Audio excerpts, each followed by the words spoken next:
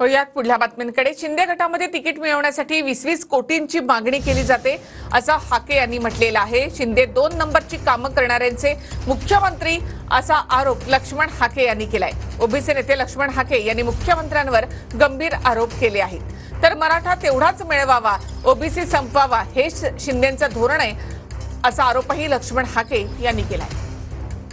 शिवसेना फक्त झेंडे लावायला, शिवसेना फक्त गमजा गळ्यात घालायला, शिवसेना फक्त दसरा मेळाव्याला गर्दी करून त्या दसरा मेळाव्याला तिथं जायला, पण आमदार खासदार व्हायची वेळ आली की तुझ्याकडे पैसे आहेत का, तुझ्याकडे 20 कोटी रुपये आहेत का, काय चाललंय राव हे वंदनीय बाळासाहेब ठाकरेंचे हे विचार होते का?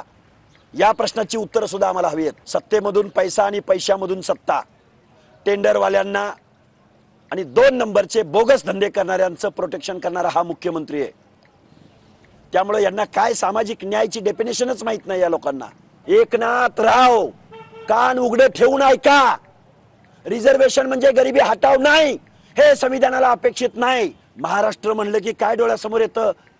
मराठा तितुका मिळवावा, मराठा तितुका मिळवावा नाही, मराठा तेवढाच मिळवावा, मराठा तितुका मिळवावा नाही, मराठा तेवढाच मिळवावा आणि ओबीसी दलित भटका संपवावा, मराठा तितुका मिळवावा, मराठा तेवढाच मिळवावा आणि ओबीसी संपवावा, हे धोरण या मुख्यमंत्र्याचं आहे। अरे तुम्हाला ओबीसी एक ब्र शब्द तुमच्या तोंडात येत नाही?